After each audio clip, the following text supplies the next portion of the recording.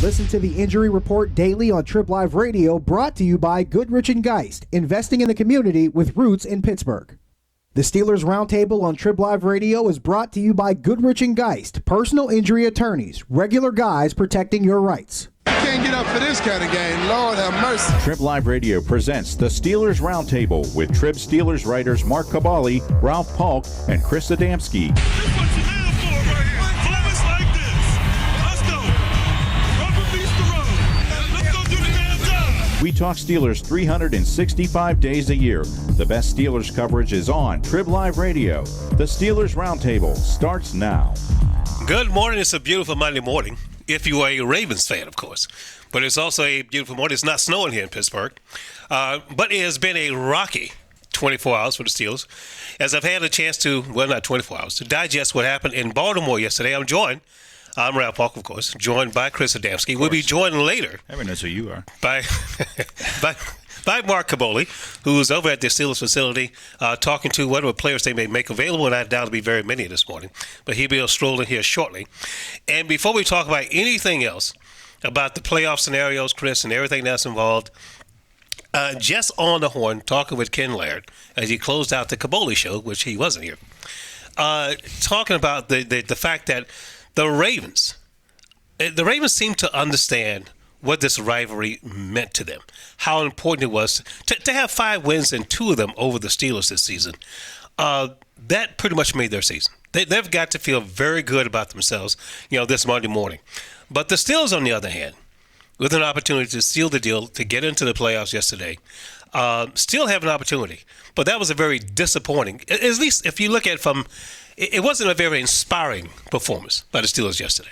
Yeah, that's what I think you even so artfully written in today's Tribune Review by somebody that John Harbaugh walked into the post-game press conference with a warm glow, or I don't know. Indeed, it was huge. It was written much better than I'm trying to say it. It was written better, but it was. You're right. All week long, this was sort of a talking point, and it's going to be now. It's sort of plagued the Steelers. Certainly last season it did, losing to bad teams. Even they had a good team, and the year before when they were an average team. The last couple of years before that, but losing these games to these teams that are worse record-wise than them, and which frankly are worse than them, period.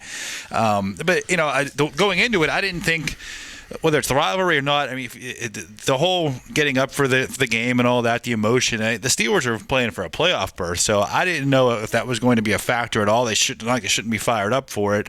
A lot of it came down to, though, that Ryan Mallett outplayed Ben Roethlisberger. Mm-hmm. It's not that simple, but that was a big part of the game. Is Mallett made some throws that made you kind of like your jaw drop, like wow. Kind of some of the throws that Ben's been making. Ben in the second half against Denver last week. Some of those lay it right in there into tight windows, and Ben made some bad throws. Mm-hmm, mm-hmm. So I don't know how much the emotion played in it from the Steelers' point of view. And even James Harrison said that he thought they did come out flat. So if the players are saying it, then who might argue with that? But I thought. Execution was a bigger issue than whether it be emotion or whatever it might be on the Steelers side. Mm-hmm. On the Ravens side, I think that was a big factor in them being up for the game, and they got talked up, but they don't need to really get talked up. You saw Terrell Suggs on the sideline. You were there, raising his arms to get the crowd into it at certain points.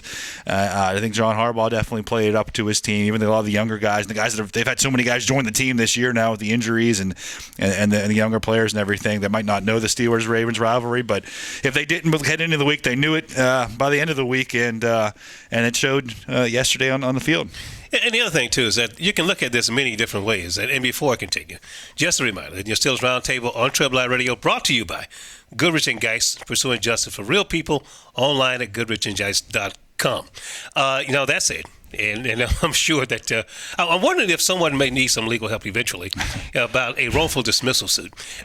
Talking about Mike Tomlin here. This is some tremendous pressure. How you can look at this game any kind of way you want to. Was it, the Ravens' ability to convert on third down so often, especially in the first half, and I thought they sensed control of the game both physically and emotionally. And the Steelers' inability to stop them defensively. And then secondly, you can look at the quarterback comparison. You say Ben Roethlisberger, Ryan Mallett, you're right. You would choose Roethlisberger as the victor in that. You win that matchup.